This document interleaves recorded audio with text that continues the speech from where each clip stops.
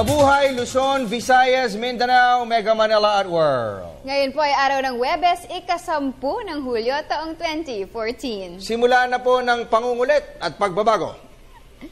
Simula ng pagtahak sa tweed na landas. Samahan niyo po kami sa susunod na isang oras dito po sa inyong Alternatibo Newscast. Ako po si Snow Badua. Siyempre sa amin kayo ang nasusunod sa mga balita. Nilalam namin na kahit sa dyaryo, ito yung unang binubuklat. Ako naman po, si Meg Siozon. At ito po ang... Inyong paboritong PTV Sports. Sa ulo ng ating mga nagbabagang sports balita. James Yap led San Mig Coffee Mixers. Kumumpleto ng Grand Slam sa katatapos na season ng Philippine Basketball Association o PBA. Pinoy 60-kg bet Charlie Suarez. Kumani ng back-to-back victory sa 4th President's Cup sa Kazakhstan. Championship showdown ng second-ranked Germany at Team Argentina sa 2014 FIFA World Cup. Kasado na! 3-time Coach of the Year Greg Popovich. Mananatili sa bench ng 5-time NBA champion San Antonio Spurs. At defending champion Chris Fromm nagpulaw sa itinatanghal na Tour de France. Yan po ay mga headlines pa lamang. Detalye ng mga na sports balita narito na. Tayo po nadidinig din ng live sa DCSR Sports Radio 918 sa snowbadua.com. At napapanood worldwide via internet streaming sa www.ptv.ph. Sa basketball, kumumpleto ng Grand Slam sa katatapos sa season ng Philippine Basketball Association o PBA ang powerhouse San Mig Coffee Mixers. Ito'y matapos na daigin nila ang Rainier San Elasto Painters sa winner-take-all Game 5 kagabi. Tungo sa pagkopo ng titulo ng season-ending PBA Governors Cup. May report si PTV Sports Senior Correspondent Dennis Principe. Umangat ng mas mataas na level ang San Mig Coffee pagdating sa pwesto nito sa history ng PBA. Ito'y matapos mailista ng coffee mixers ang ikalimang Grand Slam title sa kasaysayan ng PBA nang talo nito ang Governors Cup opponent Rain or Shine sa kanilang Best of 5 Championship Series. Miyerkules ng gabi sa Araneta Coliseum, nailista ng San Mig ang isang 92-89 Game 5 victory upang inselyo ang 3-2 series conquest. Ayon kay head coach Tim Cone, ito marahil ang mas mahirap na Grand Slam victory kung ikukumpara ito sa conquest ng Alaska Aces na kanyang ginabayan noong 1996. You know, it's special moments for all of us, and obviously special for me. Like I said, I didn't think it could be done, and I just got I've been blessed with twice. I've had special guys who bonded in a special way and did special things. And ordinary people can't do that, you know. Ito naman ay ika-13 PBA title ng nasabing franchise at nasa ikatlong pwesto overall katabla ang Crispa. Nasa ibabaw ng listahan ng San Miguel Beer franchise na may 19 PBA titles habang ikalawa ang Alaska na may 14 crowns. Samantalang para kay Finals MVP at acknowledged team leader James Yap, total team effort pa din ang nagdala sa kanila sa nasabing historic win. Hindi lang naman ako, nagtrabaho kami natin. So blessed ako dahil nagkaroon ako ng coach team, and blessed din ako dahil nagkaroon ako ng mga teammates na talagang yung support nila nandyan. Para sa telebisyon ng Bayan, Dennis Principe, PTV Sports. Sa kaugnay na ulat, hindi naman itinanggi ni San Mig Coffee Mixers head coach Tim Cone na isa sa mga paborito niyang player si James Yap. Ito'y matapos sa pamunuan ng 6'3" star guard ang Grand Slam feat ng Mixers sa katatapos sa season ng PBA. Narito ang report ni Ms. Arian Malyare. Tunay na humanga si Hall of Fame-bound coach Tim Cone sa performance ni San Mig Coffee Mixers star guard James Yap sa katatapos na season ng PBA.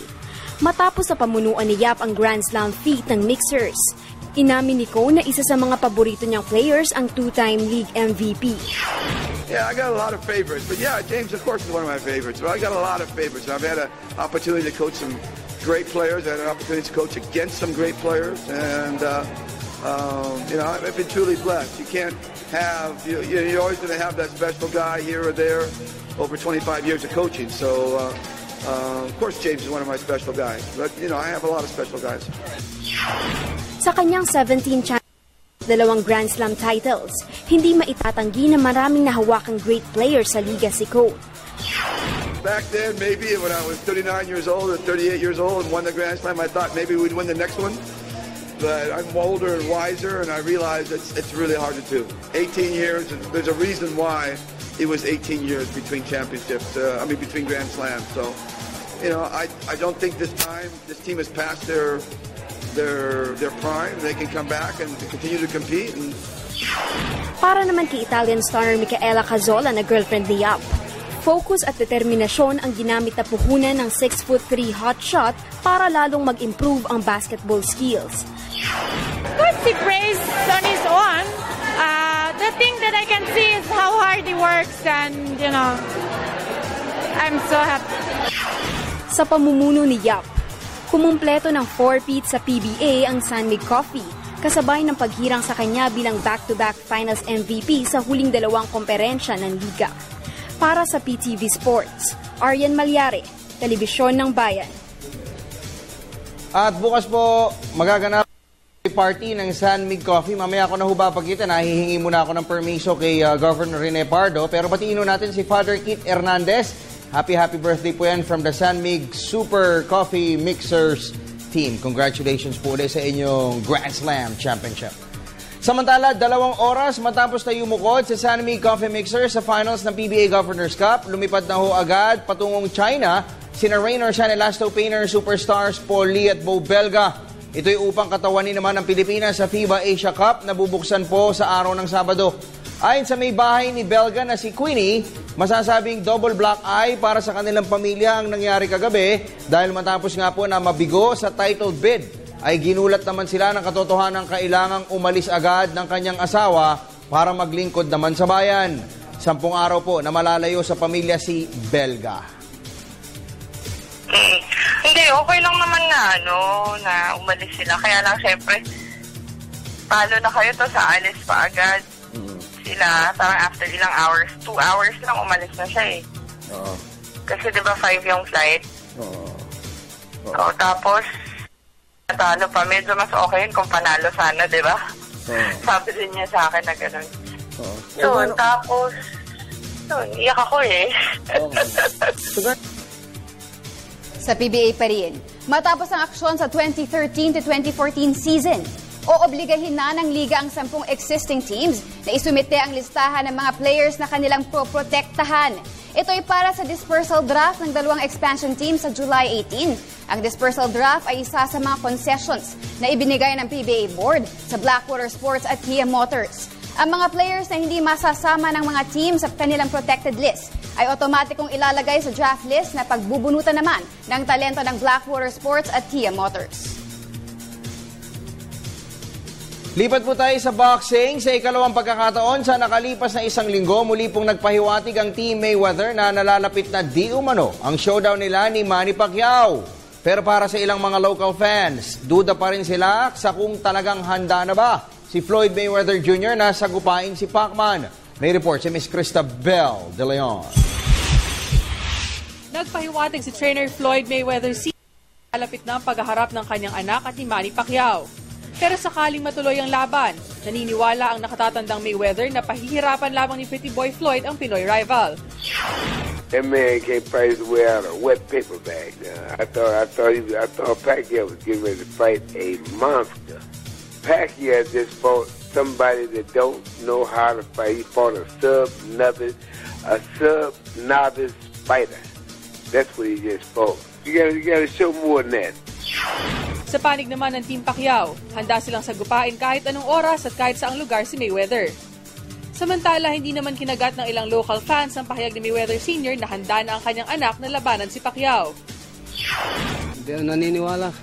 Siguro kasi takot si Mayweather kay Pacquiao. Ang dami niyang dahilan. Duwag si Mayweather eh. Pag malapit mo yan, sigurado aatras na naman yan. Gagawa na naman ang dahilan yan. Si Pacquiao ay nakatakdang pumanhik ng ring sa Nobyembre 23 sa Macau, China, Habang si Mayweather naman ay may scheduled rematch kontra Marcos Maidana ng Argentina sa September 14. Para sa PTV Sports, Cristabel De Leon, Telebisyon ng Bayan.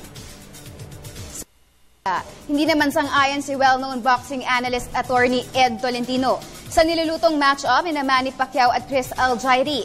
Ito'y dahil maaring hindi umano tangkilikin ng playing public si Algieri na sariwa mula sa pag-ani ng unanimous decision victory sa title challenge kontra Ruslan Provodnikov ng Russia noong isang buwan. Para sa detalye, nagbabalik si Dennis Principe. Sikat man si Manny Pacquiao, hindi masasabing madaling ibenta ang plano ni promoter Bob Arum para sa Filipino boxing sensation. Kamakailan na isiniwalat ni Arum na nakikipagnegosasyon ito kay undefeated junior welterweight champion Chris Algieri ng New York na maging susunod na kalaban ni Pacquiao. Ayon kay boxing analyst attorney Ed Tolentino, maganda man ang record nito ay malayo pa din ang level ni Algieri kumpara sa mga boxers na nais makita ng paying public bilang susunod na kalaban ni Pacquiao. Oo, alam mo, selling this fight would be like selling ice cream to an Eskimo. No? Kung bagay, malamig ang dating ng labang ito. At sa aking ang pananaw, mas maganda pa rin Provodnikov versus Manny Pacquiao eh. Even though lost to Algieri, Provodnikov has the style that will bring out the best in Manny Pacquiao.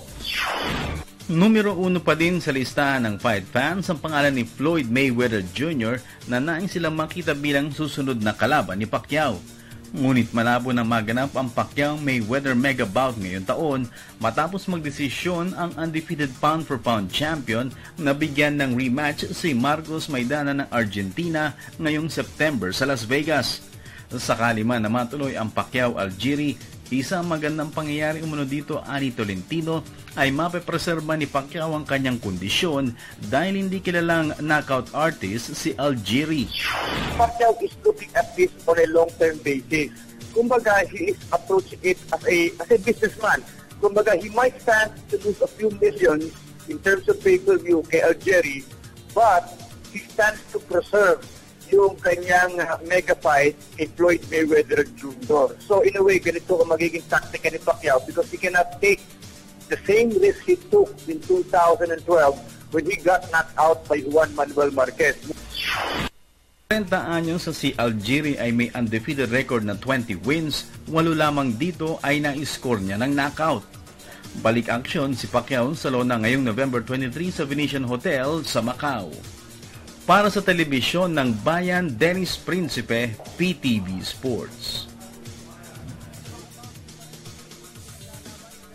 Internationalist Charlie Suarez ang bandila ng Pilipinas sa itinatanghal na President's Cup sa Kazakhstan. Kagabi po ay naglista ng dalawang magkadikit na panalo sa 60kg class si Suarez upang umabante na siya sa quarterfinal round.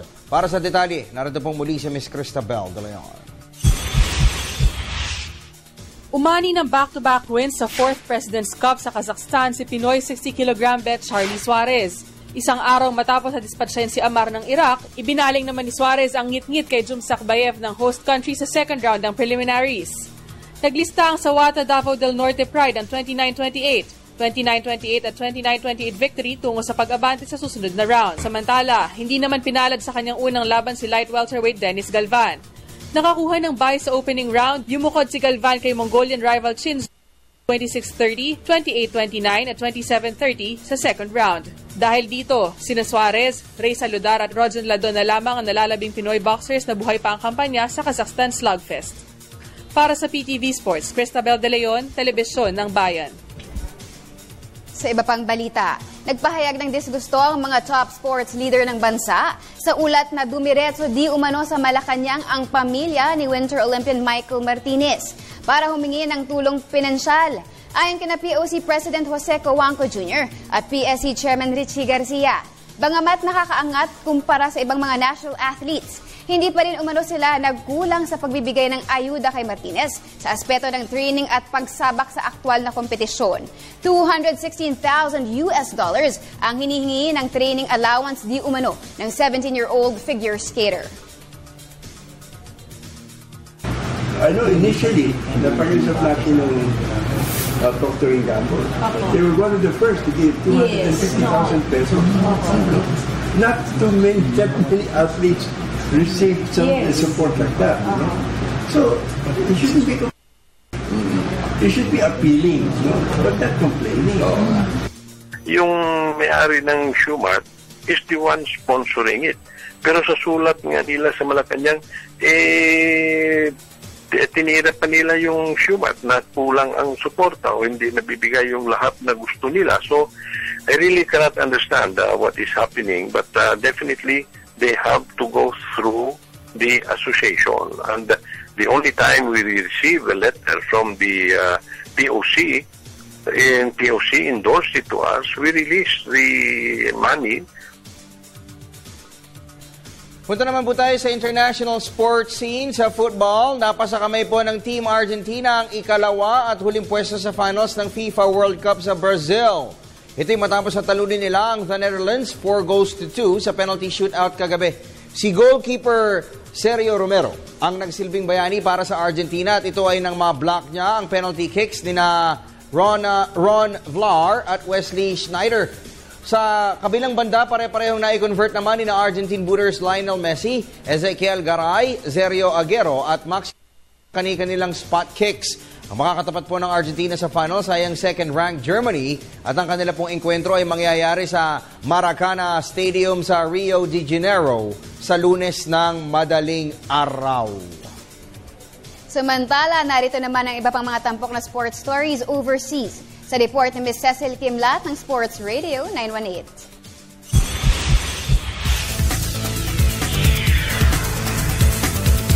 Masaya at excited si Los Angeles Lakers superstar Kobe Bryant sa posibilidad na makasama ang dating teammate na si Byron Scott at si free agent forward Carmelo Anthony. Si Scott ang napipisil ng Lakers para magsilbing head coach sa papasok na season, habang si Anthony naman ang inaasahang gagamitin ng team para mapanatili ang kanilang roster si unrestricted free agent Pau Gasol.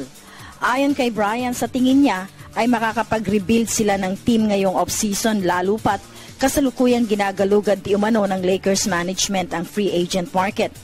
Masayang ibinalita rin ng 16-time NBA All-Star na hindi siya binabagabag ng knee at Achilles problem sa training.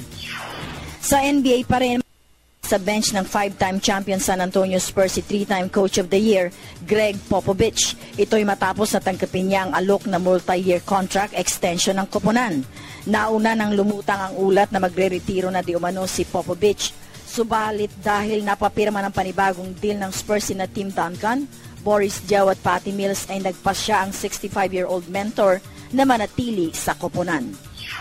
Sa tennis, buhay pa ang title bid ni two-time champion John Isner sa Hall of Fame Tennis Championship sa Newport, Rhode Island.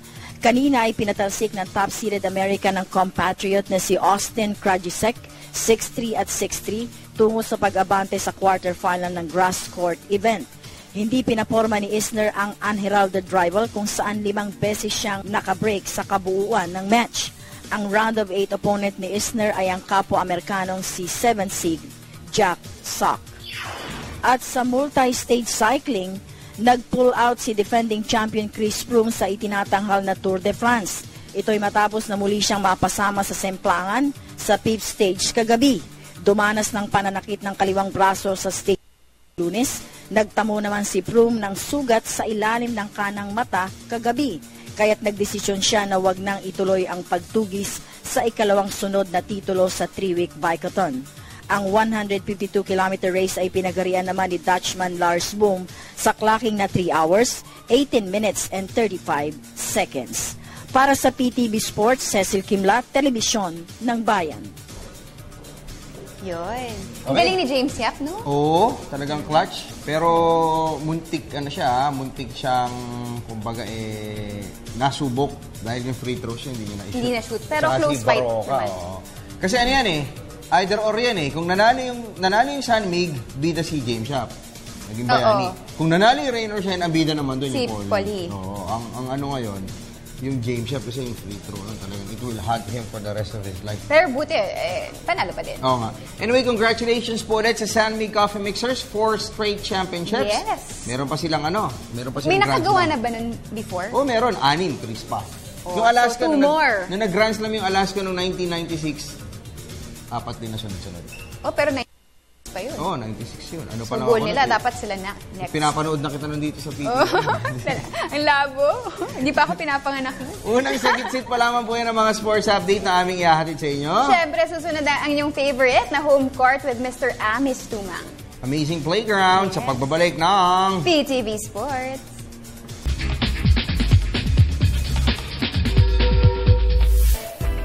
Today, Home Court is featuring a sports personality in the field of fashion. This Michael Jordan fan from Tarlac is responsible for creating a truly Filipino sports apparel brand called The Amazing Playground. What is amazing are his designs, which are trendy and a hit among athletes, showbiz folks, musicians, and hip-hop aficionados. Where can you find camouflage and floral backgrounds?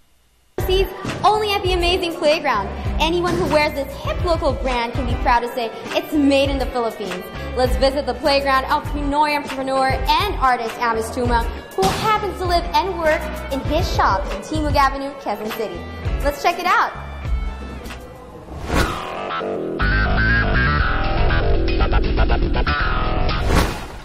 Hi, Amis. Hi, Nicole. Welcome to my home and my playground. Wow, nice place. Thank you. Come inside.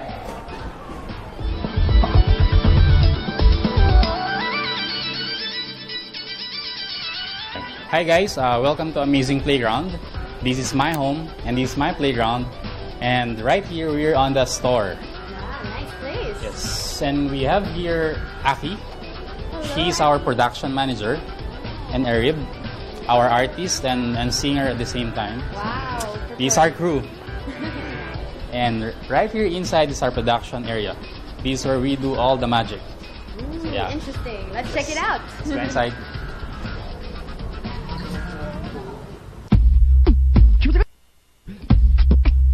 Okay. This is our production area. This right here is our sewing department, sewing area. We have Ate Evelyn. She's our supervisor. And then we have the rest of the crew.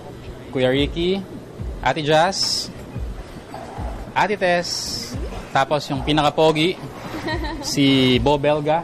No, Kuya Melvin. This is the sewing area. Where all the production happened. Yes.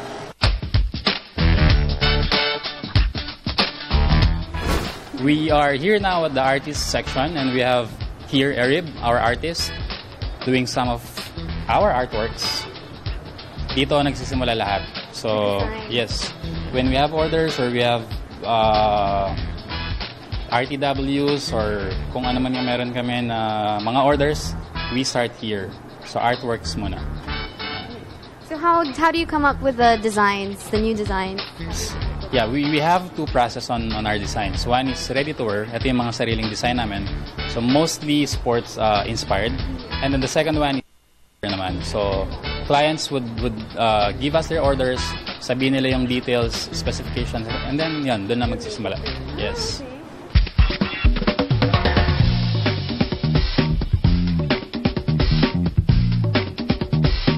After the design, we proceed at the cutting section. So pag nandun na yung specifications, ikakat naman ni Kuya GR yung designs. Kagaya ngayon, he's doing some camouflage na tank tops. So yun, ikakat muna. Kuya GR and Ate Rita are doing the cutting process ng mga orders namin.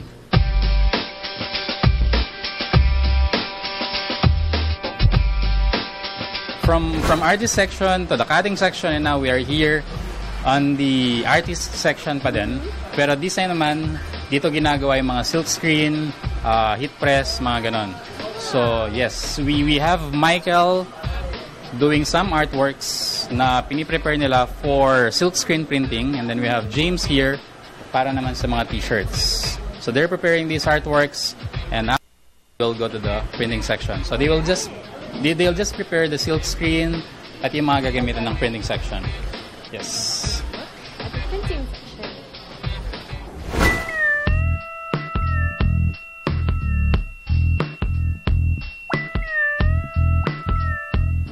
Okay, now we are at the printing section. This is actually one of my favorite area. Kasi at one point when I was a kid, ito rin yung ginagawa ko. So, pero nung mga time na yun, mga karton lang ng sigarilyo. Ayan, At school, you actually know how to do it also yourself. yes. Ever since I was a kid, eto na talaga yung ginagawa ko. Basketball and this kind of stuff.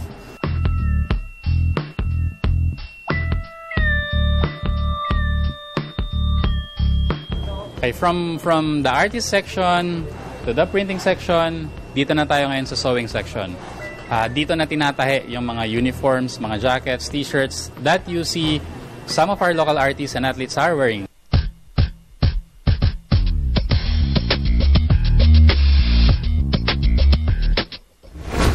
Now this is the last section of our production area, the finishing. So obviously, finishing mga pangtapos na. So after all the process here, lilinisin na namin yung mga damit para naka-prepare na for our customers. So yes, we have here Hiner. Siya yung in charge sa pag-aayos ng mga natatapos na produkto. Yan. Finishing touches. Yes.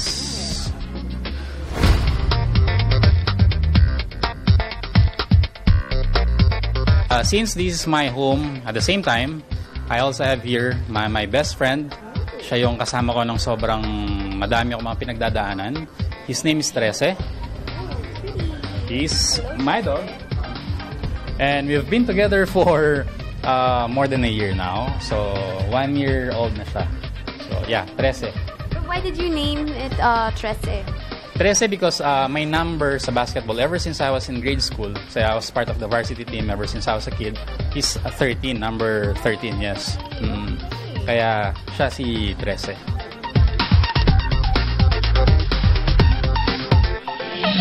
Guys, this is my home. This is my room actually. This is where I chill. This is the famous soft on Instagram, on Facebook. These are the celebrities, athletes sit down and chill with me after all the tiring work, after their games, after their shows. Dito sila pumupunta, tumatambay. So, yun. Dito kami natutulog na. Dito na ako natutulog. I just put a comfortable foam. Tapos, okay na. And then, yan, this is my stuff. My shoes. Everything is here. All the things I need are here. So,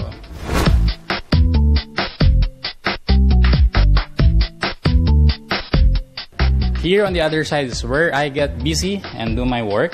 So obviously at my back, these are samples ng mga gawa namin sa labas. These are the astronaut jackets na tinatawag namin. Getting ready for NCAA. San Beda. And some comfortable sweaters here. And then this is my table. This is where I do all the designs, all the transactions, all the things about business. I see PTV Sports on the wall. Why is it there? Because we're a big fan of PTV Sports. We watch you regularly, every day. Yan, pinapanood namin talaga. And plus the fact that we know that you're coming. So, yes.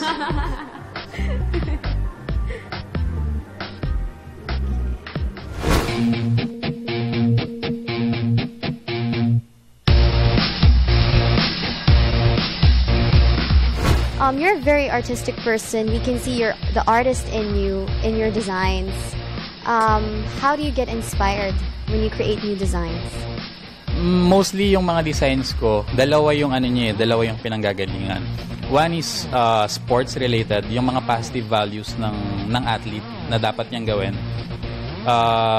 Tapos, ayun, siguro isa sa mga pinakamalaking influence ko is Michael Jordan. Sobrang gustong-gusto ko yung pagiging competitive niya, yung pagiging leader niya, yung pagiging winner niya, yung pagiging champion niya. So, most of our designs parang ganun sa sports part.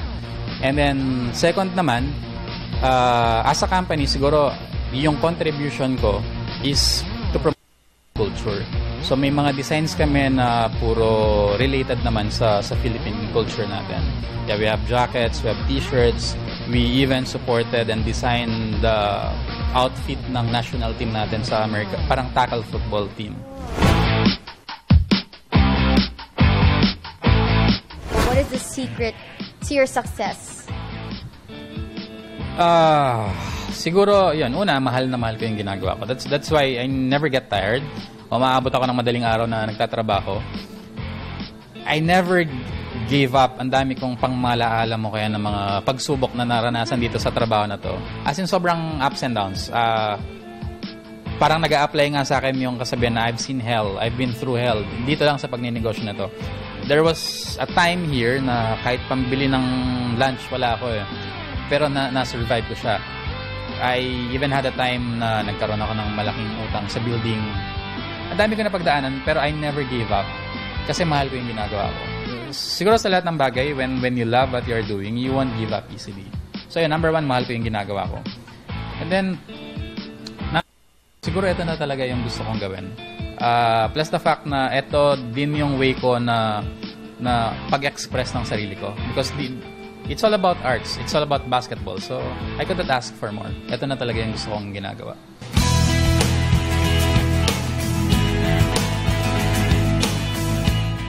Thank you so much, Amis. I had fun going around your shop. It's totally cool. And it's really cool to see your designs and how they're made. And I had fun getting to know you better. Thank you so much, Amis. Yeah, thank you, Nicole. Thank you, PTV Sports, for coming. Thank you. See you next time. Bye-bye. Thank you. Amazing Playground is a true-blooded Filipino sports apparel brand. It's been making athletes, entertainers, and fashionable dudes look really good. Thanks to Amis Tuwing for his vision and amazing talents. HomeCourt continues to inspire, featuring athletes and sports personalities, their dreams, their passions, and their homes. This is Nicole Ramos, wearing Amazing Playground. Bye!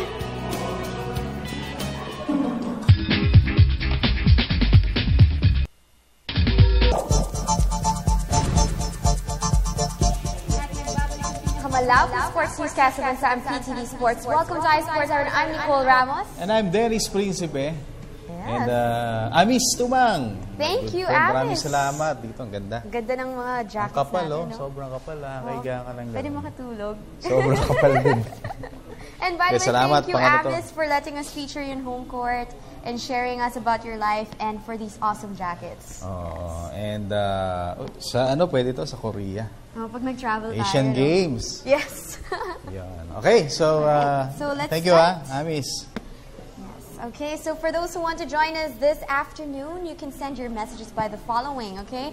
You can send them through .com/PD4sports or Twitter.com/PD4sports or emails at ptvsports@mail.ptv.ph. Sadly, we still can't read your text messages. Wala pa rin? Yes, wala pa rin. So please send them through Facebook or Twitter or email us. Okay. What happened? Oh nga, I don't know eh. I think there's something wrong with the page. Hindi natin ma-open yung mga text nila. So, doon tayo mag-focus. Sige, okay. Go ahead. Okay, so let's mamaya, sige, habang nagbabasa ka, habang naghahanap ka, sa sports chat natin sa DWBR 104.3 FM, 9 to 10. James Yap lang naman yung natin. Guest. Kinukonta ko po si Coach Tim. Pero James Yap lang naman. James Yap. Guest natin. James, salamat ha. Okay, sige, go ahead. Habang naghahanap pa. Ayan, Nicole. Happy birthday, PJ Simon. And sa aming ninang, si Ninang Baby. Oh, happy birthday. Ayan.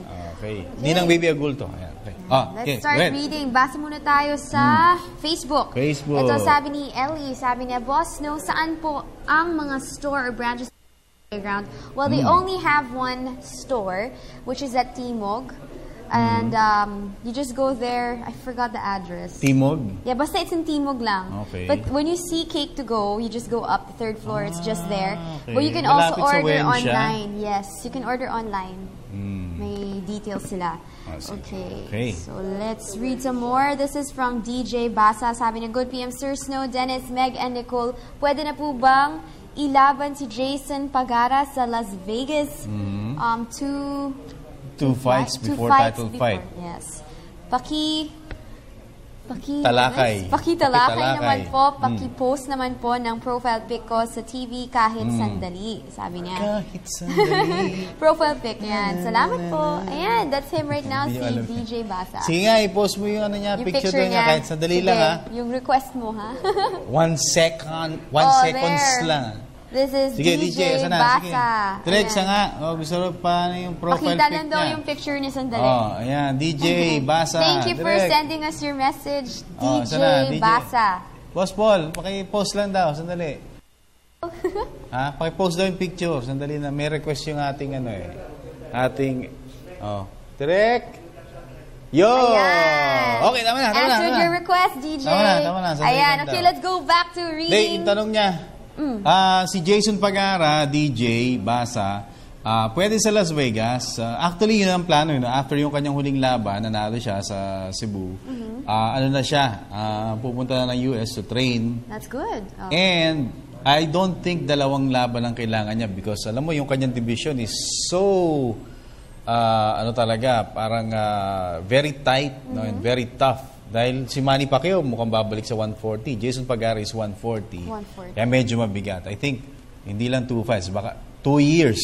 It will take 2 years. Siguro. Oo, na gradual siguro. Gradual. Kasi, yung Pacquiao kasi, pag nagpunta na ron, ang tendency is for fighters, doon lahat magpuntahan to get that chance of, parang Manny Pacquiao sweepstakes. Ayan. Wow. Okay. Nice. Thank DJ you, DJ Tagal Basa. Tagal Ayan, na okay, let's read some more. Nakababad Sige, basa pa. Balik tayo sa Facebook. Ito si Nene. Sabi niya, Good PM mga boss. Kailan kayo magpaparaffle ng PBA basketball? At sa LA Lakers pa rin ba si Pau Gasol? Salamat po. Okay. PBA basketball. Isin yung bola. Bola siguro. Maganda yan, Maganda idea. Matanungan natin sa PBA. Baka merong mga bola dyan na pwedeng iparaffle. But si Pau Gasol right now, free agent, yung last time na nabalitaan ko, nakita ko sa Instagram niya, na nagbabakasyon muna siya, nagre-relax while waiting for yung kanyang decision, kung ano yung kind of decision na gagawin niya for his, probably next team, next destination, or sa Lakers pa rin. Pero, napaka-professional yan, si Pau Gasol. For countless times already, nababalita siya sa mga trade talks. Parating pag may trade sa Lakers, pangalan niya parating nababanggit. Andun yung name niya. Pero he played his art out dyan sa Lakers and he never, showed any, unprofessionalism sa team. Kaya swerte yung makakuha dyan kay Pau Gasol. Okay, next. Alright, some more from Twitter naman, from Mark Jesse Santos. Sabi niya, siguro kung natalo Sunmi kagabi, wala nang work yung ball boy. Big sigh of relief para sa kanya. Believe ako sa ginawa niya. Ayan. Maraming bumilib doon sa ginawa ni Paring June. Kaibigan natin yan, yung ball boy. Paring June. Oo. Matagal lang yan. Dating parang Santa Lucia pa nga ata. Talaga? Galing pong Santa Lucia? Oo, marami nang napuntahan yan. And, anong tawag nito? Yun nga nung, di ba lamang ng 3 ang Sunmig, nag-tres ilang beses si Paul Lee, si Jeff Chan, pati si Arizona Reed, yung huli. Siguro si June, yung ball boy, ipas. Siya yung siguro pinakakabado ng mga panahon. Kasi imagine kung pumasok yun at mag-overtime, baka balikan yung technical foul sa kanya. Sabi, kung hindi ka na technical, lamang tayo ng isa, panalo tayo. Although, syempre, iba naman ang mangyayari. Kung hindi na technical, mali mo, napaganda pa. Di ba? Kaya na technical, medyo parang nas napaganda pa yung takbo ng ng Sunmig. So, siguro more on katawaan na lang ngayon yan. Ayan, yung kay June, yung sa ball boy na pumasok doon at sinukat yung paa ni ni Mark Pingris doon sa kasi tinawagan ng lane violation. Bigla inatras si Pingris yung paa niya pumasok doon sa doon sa baseline yung si ball boy. Tapos sinukat niya panlayo yun, technical siya. Technical. Ayan. Okay. Okay, next. Let's read from Facebook naman. Ito si Joseph Cielo. Sabi niya, totoo ba yung kumakalat na tweet ni LeBron? Sabi, excited na raw siya makasama sa game sa Irving. Si Irving. Yan. Saan ba talaga pupunta yung mga free agent ngayon? Pa-update po. Salamat. Pakita mo na din po yung profile picture. Bagong uso to. Magpapakita ng profile picture. Pakita nga natin. Okay, Joseph Cielo. Ayan. Sige. Quick few seconds. Oo. Ayan. Ayun. Ba? Uy, kasama niya si si Eman. Si Eman Monfort. And you're the man. Yes. Joseph Cielo. Okay, With sige. the minion. Good. Okay, yan na. Ayan. Sige. Ngayon, ay napakita ba? Hindi yata eh. Napakita ba? Ayan, sige, yan. Isa pa. One si more Joseph. time. Ayan. Okay. Sige, yan. Si Sorry. Joseph Cielo. Ayan, oh. There you go. Kasama niya si Eman Monfort. Cielo. Hello, Joseph Cielo. Ayan. Alright, In let's... shape si Cielo. Joke lang. Tignan nga natin yung tweet ni Lebron. Asan yung Twitter? Na-ex mo yung Sige, tignan nga natin yung, puntahan mo nga, yung, kung ano yung sinasabi ng ating viewer. Ayan, ito? yun, LeBron James, sana. Oh, ayan. Ano ba yung huling, wala naman Oh, anong date yan? July 7. July 7, sige pa. Wala naman wala naman nakalagay Oo. Wala. Ay, ito ba? Cleveland tonight and go celebrate with homie. Wala yung sabi niya about kay Kyrie Irving. Pero may balita, no? Actually meron din picture online lumalabas doon sa tapat ng bahay ni LeBron James, no, sa Miami. Merong ilang mga truck na dumating at hinakot yung mga kotse niya. Talaga? Oo. So, grabe, iniisip na, baka naglilipat na si LeBron James.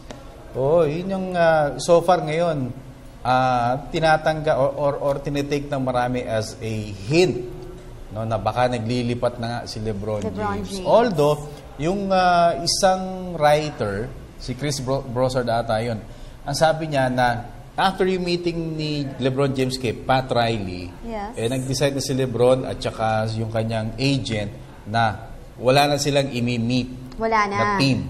Yun na yun yung huli. At magde-decide sila. And to think na wala pa naman sila ibang mini-meet. Wala pa nga. No? Yung si Pat Riley pa lang, and probably baka may makakausap. No? Ako feeling ko Miami pa rin. You think si LeBron. He'll be Miami? Mas maganda chance niya sa Miami at si Dwayne Wade, ewan ko lang. Lalo na si Chris Bosh. I think yun ang lilipat for sure. Okay, next. Alright, let's go back to our tweets. This is from Mackie Villena. Sabi niya, Sir Snowbat, papakitanong po kay Coach Al, alak silang kunin si Anthony Hodge or si Calvin. Cliff Hodge or Calvin Abueva. Kasi sila ang kulang sa Hinebra. Yan ang opinion ni Mackie. Mga Hinebra brand of play. Tough, exciting. Si Hodge, Calvin, and Sean Anthony. Ang balita natin, si Sean Anthony, mukhang sa Meralco talaga ang diretso. And Hodge, kung ako yung Meralco, hindi ko na-trade yan. And Alaska naman, kung ako yung Alaska, hindi ko na-trade ni si Calvin. Diba? Bakit hindi mo siya ito-trade? Pang franchise player ang dating yan Although medyo, syempre, bata pa na may konting naging issue about attitude. Pero, ang tao naman, mas malaking chance na mag-mature. He's a very good player. Yes. Si Calvin Abueva. Okay, next. Okay, let's read this one from Hazel. Sabi niya, hello po Ate Nicole, Sir Dennis, Sir Snow. Kailan po victory party ng Sanmig? Di ba ni-mention yata ito ni Snow? Is it today? Kanina kausap natin si Teka, try natin ito may nagpapabati ng happy birthday. Ito, happy birthday Mandy Lamig Cabrera. Sabi niya from the cameraman. Bakit Lamig? Ano ba? Ayan Lamig. Mandy. Si Mandy? Birthday leave. Oo. Saan? Sa Malamig? Sige, tanong natin si Chairman Rene Pardo. Text natin. Okay. Sige, go ahead. Victory party nila. Ito, let's read some more. This is from Rafael. Sabi niya, nice feature by PTV Sports home court segment. Thank you so much. Glad you liked the episode of Amis Tumang. Again, thank you, Sir Amis. Okay, so let's go to our Facebook messages from Paul Pangilinan. Sabi niya, Boss, may possibility ba na bumalik sa TNT si Taulava? Pabati naman po ako dito, pati kapatid ko, si Junjun. Salamat. I think we had a report about this, yung possibility na mapunta si Asi sa Talking Text. Talking Tapos Text in-interview ba? si Jimmy Alapag kung magkasama sila ulit. Well, Di ba Meralco? Ewan ko nga eh. Meralco ba yun? Pero yung possibility nga for them to... Kasi balita ko parang yung NLEX kasi parang gusto nilang, ang dinig ko lang na parang bumunang young team. They want a young team. Oo, a core of a young core. No, so Asi naman age-wise pag number pag-uusapan sa basketball may edad na yan. Pero nakita mo naman nag-mythical 5 at close. Like he's not. He was the closest threat. Although walang threat talaga kay Junmar Fajardo yung naging MVP. Pero he turned out to be the closest threat kay Junmar Fajardo, si Asi Taulaba. Yan. So kung ako naman, kung mga 2 years, pwede pa yan si Asi. Kung ako sa NLEX. Tsaka mahirap ang sentro ngayon Lalo gano'n, kalabo mo, Junmar Fajardo, di ba? Oo. Kung mawala ron si Asi, sinong tatapat mo? Sino nga? Okay. Let's read some more. This is from Ace Montenegro. Sabi niya, ko lang sure na ba na magpapa-sprinkle. Salamat at God bless. Ganda mo pa rin talaga, Nicole. Oh, thank you. Malaki chance no? Ba? And he's the first choice right now. Habang wala si Bobby Ray. Yeah. Okay, next. Okay, si Morris. Parang nagpasa na ata.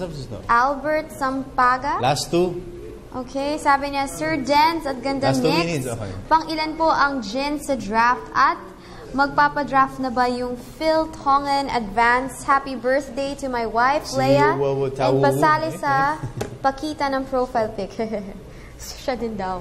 Wait. Okay, sige, basa ka muna. Tingnan natin, quick. So, gusto nila pakita yung kanilang profile picture. Siguro... Naku, nauuso yan, Nauuso bigla. Nauuso yan. Pero ito na, pang ilang draft daw ang Jens? Tingnan natin yung draft order. Okay, sige, basa ka muna, Nicole. Pero wala sila sa top 5 Ang draft, no? Sa draft. Okay, go ahead, Nicole. Basa mo. Global Port number 1, di ba? Global Port number 1, tapos yung Rain or Shine na number 2. Pero tinatanong niyo yung Ginebra Tapos, Barako yan. Barako. Yeah, Barako. Tsaka Alaska Aces. Ito, si Edison naman tayo. Sabi niya, kamusta na po ang Ginebra? Pabati naman ako sa Santa Maria, Bulacan, Miss Nicole. Hehehe. Oh, hi! Edison? Yeah, okay. So, kamusta na daw ang Ginebra? Vacation? Ginebra, bakasyon, and August 18 ang balik ng practice nila. Ensayo. Okay. So, Global Port, Rain or Shine, Air 21, number 3, Barako, number 4, number 5, Alaska, number 6. Hindi pa confirmed ito, kasi meron pa mga computations silang alam ko Tsaka mga trades. Yes. Mga trades pa yan. But trades so far, right now, nasa gitna yung Ginebra. Based on yung placings. Ayan. Ito gusto ko to. From Aaron Nera. Nicole, ang ganda mo, single ka pa ba? Sa inyo, may chance ang Gilas mag-champion sa FIBA Asia. Nagduda pa si, naman, diba? Let's si support. Oo naman. Gilas. May chance. Hindi kung single May chance ba na? Di ba kayo ibig sabihin, may chance mang Gilas. Na may, trainer. Oo. Ano yung Gilas? FIBA Asia Cup. Kung may chance tayo. Ito yung ngayon yung sa Wuhan. Although I don't want to think na na parang gagamitin lang to medyo makita ibang mga bagong hindi pa yung hindi kasali sa FIBA Asia last time. Yes. Parang gusto ata ni Coach Chot makita kung paano sila mag-react sa international competition. So with that being the parang kanilang objective talaga. Although I think talagang susubukan nilang ipanalo yung championship. Yeah. But kung yung FIBA Asia natin yung lineup, kaya natin yan. Champion. Okay, so ayos na, direct. Yes. Nangyari guys naligaw? Basically, may ginawa. Sige, go ahead. Mga pasalamat ninyo. Siyempre, hi to Tita Benji, Tita Reggie, at saka Tita Pressy. Mr. Amis, tulungan ng aming amazing show your jacket. Ganda ng jacket. I love it. Tama-tama, rainy. Rainy season. Of course, J. Lucera for hookup watches. Sir Giselle Lucina, Ever Belena, and Bobson Jeans. California View Medical Center, Dr. M.J. Torres ng Zen Institute, Frank and Marcel Graphics, and of course, my Jewelry Box. Yes. And again, we'd like to thank Mr. Giseldo C. for our makeup from Ever Belena. Thank you, Mr. Rudy Yu and Mr. J. Lucera for our hookup watches. Thank you, Mr. Amis Tumang for our amazing playground shirts and jackets. And thank you again for letting us feature you in home court. Thank you, Mom, Dad, Lola, and my sister. I love you guys so much.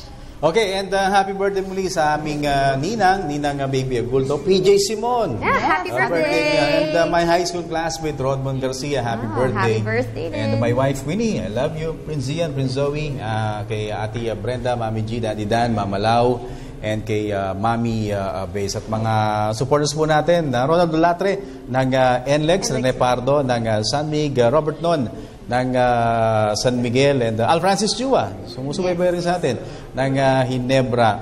Boy Lapid, congratulations pa rin, kahit natalo sila. Of course. Classic series, pag-uusapan to. They showed a very good game. Of course. Josel de Guzman ng Globe, maraming salamat. At sa lahat ng sponsor ni Snow Badua na hindi ko kabisado, siya lang ang makakabanggit. Wala tayong gumagano. Walang rapper ngayon. In the meantime, standby lang po kayo mga kaibigan sa News at 6. Kasama si Attorney si Ralph Obina, Attorney... Wala. Si Cathy Sangabel. Dalawa sila ngayon. Kailan dalawa? Okay. And News at 6 after po ng ating program. In the meantime, sa ngalan po ni Snow Badua, ako si Dennis Principe. Negs Yoson. Nicole Ramos. Standby, News at 6. Samantala, Sports Radio.